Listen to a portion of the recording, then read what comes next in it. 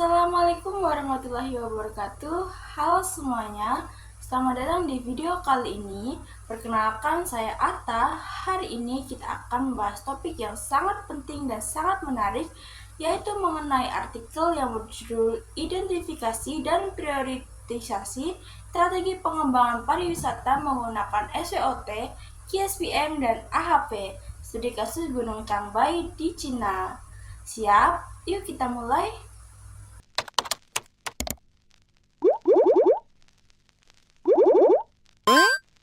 Pariwisata bukan hanya tentang jalan-jalan. Ia adalah mesin penggerak ekonomi, pelestari budaya, dan pemberdaya masyarakat. Dan di antara destinasi unggulan di Tiongkok, Gunung Cangbai adalah salah satu yang paling potensial. Gunung ini punya segalanya, alam yang indah, ekosistem yang kaya, dan budayanya yang beragam. Tapi meskipun punya potensi yang luar biasa, pengembangannya masih menghadapi berbagai tantangan, mulai dari infrastruktur yang kurang memadai hingga manajemen dan regulasi yang belum stabil.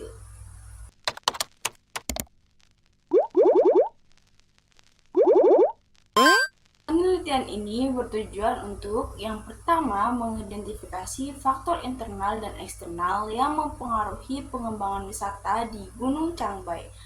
Yang kedua, yaitu bertujuan untuk merancang strategi pengembangan berdasarkan analisis SWOT, lalu memprioritaskannya menggunakan KSPM dan AHP. Nah, untuk metode kita mulai dengan SWOT. Ini membantu mengidentifikasi 16 faktor internal dan 12 faktor eksternal. Kemudian kita gunakan KSPM untuk mengevaluasi daya tarik masing-masing dari strategi. Lalu AHP digunakan untuk memberikan bobot dan menentukan mana yang paling prioritas. Kemudian data dikumpulkan melalui kuesioner dan teknik Delphi, melibatkan 40 pakar pariwisata. Selanjutnya, evaluasi juga menggunakan IFE dan EFE untuk memperkuat analisisnya.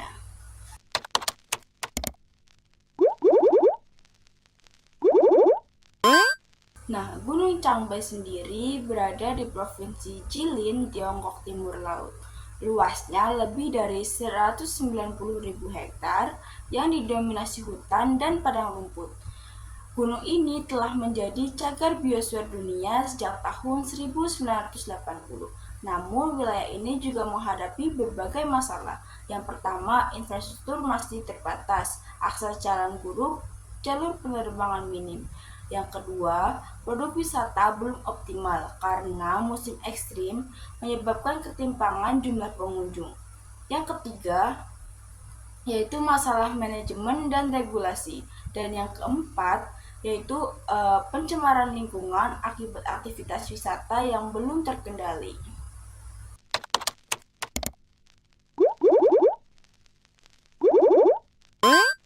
Selanjutnya kita masuk ke analisis SWOT. Yang pertama yaitu kekuatan. Terdapat 7 kekuatan utama, meliputi yaitu yang pertama, adanya keindahan alam dengan pemandangan yang khas, antara lain air terjun, hutan, sungai, gunung, dan lain sebagainya. Kedua, kehadiran sebagai objek wisata budaya dan sejarah. Yang ketiga, peluang pemanfaatan berbagai sumber daya alam untuk pengembangan usaha pariwisata, seperti tersedianya sumber daya mineral, sumber daya panas bumi, dan sumber daya mata air. Kemudian yang keempat, yaitu keanekaragaman hayati di wilayah tersebut. Yang kelima, yaitu kehadiran suasana yang tenang jauh dari hiruk-pikuk kota besar. Yang keenam, yaitu keunikan sumber daya pariwisata. Dan yang ketujuh, yaitu varietas yang kaya akan sumber daya pariwisata. Kemudian ada juga kelemahan yang terdiri dari yang pertama, yaitu lemahnya periklanan di industri pariwisata dan kegagalan memperkenalkan objek wisata. Yang kedua, yaitu fasilitas pelayanan pengunjung yang kurang memadai dan lemahnya pembangunan infrastruktur. Yang ketiga, yaitu kemiskinan, pengangguran, dan migrasi penduduk lokal. Kemudian yang keempat, yaitu lemahnya perencanaan dan investasi di sektor publik dan swasta.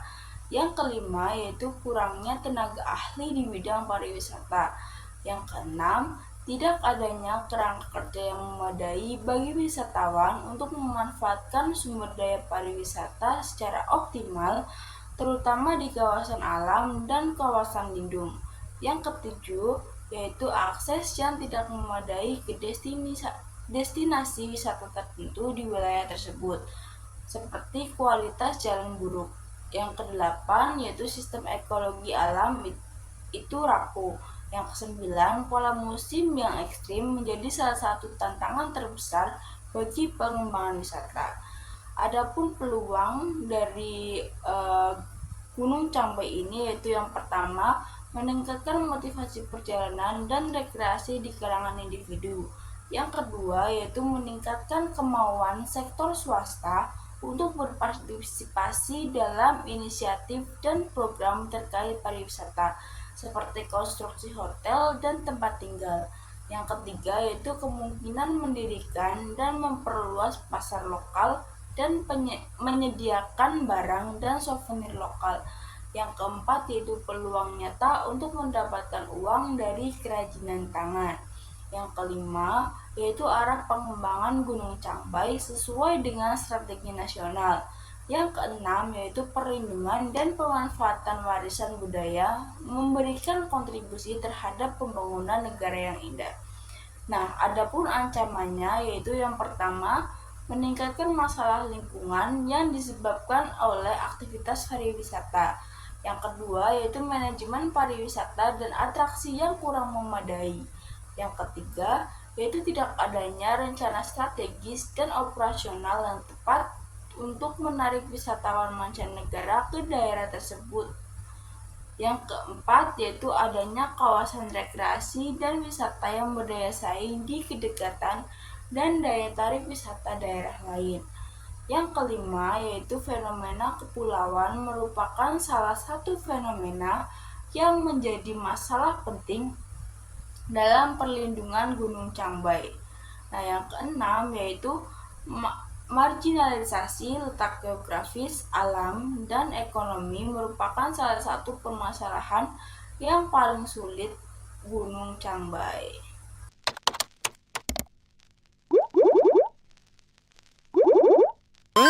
Dari SWOT terbentuklah 16 strategi yang dibagi dalam 4 kelompok utama. Kelompok yang pertama yaitu strategi ofensif, gabungan dari strength dan opportunism. Meliputi yang pertama, memanfaatkan potensi dan daya tarik alam, sejarah, dan lain sebagainya yang dimiliki daerah sebagai hasil dari keindahan lintasan daerah tersebut. Yang kedua, yaitu meyakinkan investor untuk memanfaatkan potensi kapasitas wilayah dengan pengembalian modal. Yang ketiga, membangun mekanisme yang tepat bagi investasi sektor publik dan swasta dalam bidang infrastruktur, layanan pariwisata, dan kewirausahaan. Yang keempat, menggunakan potensi pariwisata untuk menghidupkan kembali desa-desa di wilayah tersebut dan meningkatkan kesejahteraan ekonomi penduduknya. Kemudian yang kelima, yaitu pelatihan bagi angkatan lokal dan perempuan dalam pekerjaan alternatif sesuai dengan kondisi dan sumber daya daerah tersebut.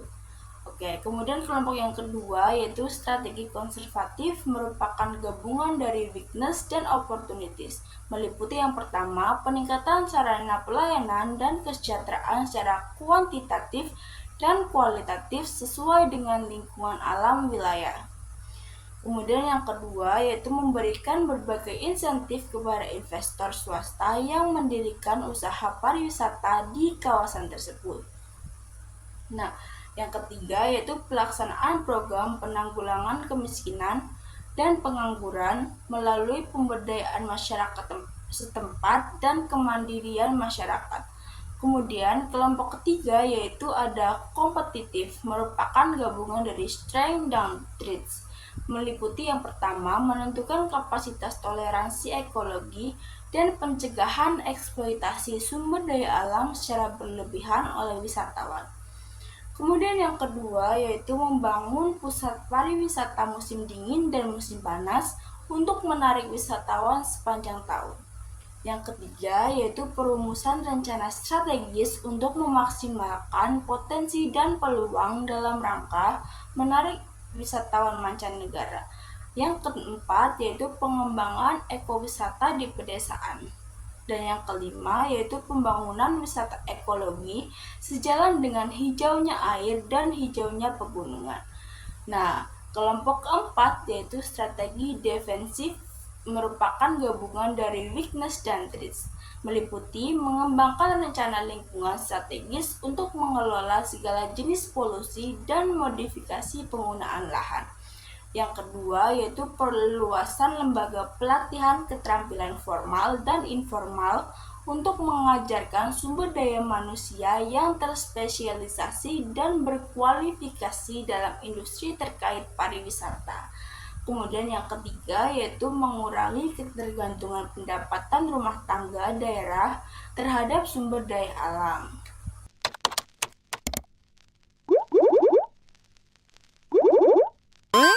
Lalu, apa sih strategi utama yang paling diprioritaskan? Jadi, berdasarkan KSPM, strategi tertinggi adalah yang pertama, yaitu memanfaatkan potensi sumber daya alam dan budaya. Yang kedua, membangun sistem investasi infrastruktur pariwisata. Dan yang ketiga, yaitu meningkatkan aksesibilitas transportasi. Nah, dari hasil AHP menunjukkan bahwa strategi ofensif yang merupakan gabungan dari strength dan opportunities adalah yang paling penting untuk dikembangkan.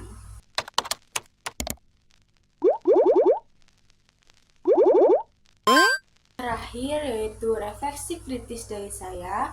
Penelitian ini memberikan analisis yang komprehensif. SWOT memberikan gambaran menyeluruh, KSPM membantu menyusun prioritas, dan AHP memperluas objektivitas keputusan.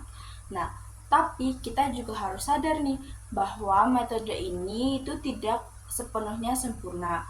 Subjektivitas dalam penilaian ahli bisa menimbulkan bias dan belum semua aspek sosial ekonomi dan keterlibatan komunitas benar-benar dianalisis. Nah, oleh karena itu, untuk masa depan yang lebih baik, diperlukan strategi tambahan seperti yang pertama yaitu insentif investasi yang menarik, yang kedua yaitu kebijakan keberlanjutan yang konkret, dan yang ketiga yaitu strategi pemasaran yang modern, dan yang terakhir tentu saja penguatan pariwisata berbasis komunitas. Nah, jika semua ini sudah diterapkan dengan tepat, maka Gunung Cangbai berpotensi menjadi destinasi wisata unggulan yang berkelanjutan, berdaya saing, dan berkontribusi besar pada ekonomi regional. Nah, itu tadi sedikit penjelasan dari saya. Terima kasih sudah menonton. Sampai jumpa di video selanjutnya. Wassalamualaikum warahmatullahi wabarakatuh.